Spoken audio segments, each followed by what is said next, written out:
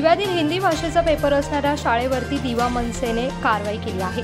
दिव्यातील Kubereshwar Mahadev English school या शाळेचा आज तिसरीच्या विद्यार्थ्यांचा हिंदी भाषेचा पेपर असल्याची माहिती मनसेचे शहर सचिव प्रशांत गावडे यांना मिळाली होती आणि याबाबत खातर जमा केल्यानंतर मनसेच्या पदाधिकाऱ्यांनी शाळेवरती धडक देऊन शाळा व्यवस्थापनाला जाब विचारला। इयत्ता 1ली ते 4थी पर्यंतच्या विद्यार्थ्यांना हिंदी शिकवण्याचा निर्णय शासनाने रद्द केला असताना अशा प्रकारचा कुठल्याही शासन निर्णयाची माहिती नसल्याचं धक्कादायक विधान शाळा व्यवस्थापकांकडून करण्यात आलं आहे। दिव्यातील शाळांमध्ये हिंदी भाषा शिकवली जात असल्याबाबतचं पत्र बुधवारी मनसे नेते अविनाश जाधव आणि शहर अध्यक्ष तुषार पाटील यांच्या नेतृत्वाखाली शिष्टमंडळाने शिक्षण अधिकाऱ्यांना दिलं होतं आणि अशा शाळांवर कारवाई करण्याची मागणी देखील करण्यात आली होती। मनसेच्या विरोधानंतर संबंधित शाळेने 1ली ते 4थी पर्यंतची हिंदी विषयाची परीक्षा तात्काळ स्थगित केली असून भविष्यात अशा कुठल्याही प्रकारची कृती करणार नसल्याची लेखी हमी शाळेने या ठिकाणी दिवा मनसेला दिली आहे।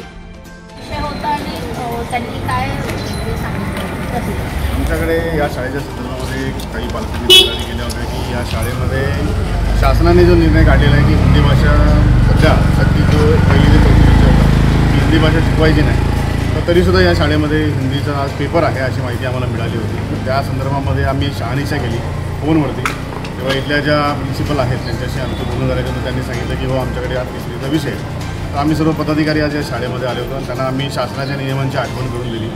ही जी शाळा आहे ही अनधिकृत शाळा आहे, म्हणजे त्यांच्याकडे त्या परवानग्या नाही आहेत। पण असं असलं जरी तर मागे आम्ही बुधवारी सन्माननीय अविनाश जाधव साहेब आणि आमचे दिवा शहर अध्यक्ष तुषार पाटील यांच्या नेतृत्वाखाली शिक्षण अधिकाऱ्यांची भेट घेतली होती। तेव्हा आम्ही त्या शिक्षण अधिकाऱ्यांना आम्ही पत्र दिलं होतं की अशा ज्या दिव्यातल्या शाळा आहेत ज्या हिंदी शिकवत आहेत तर त्यांच्यावरती कारवाई करण्यात यावी।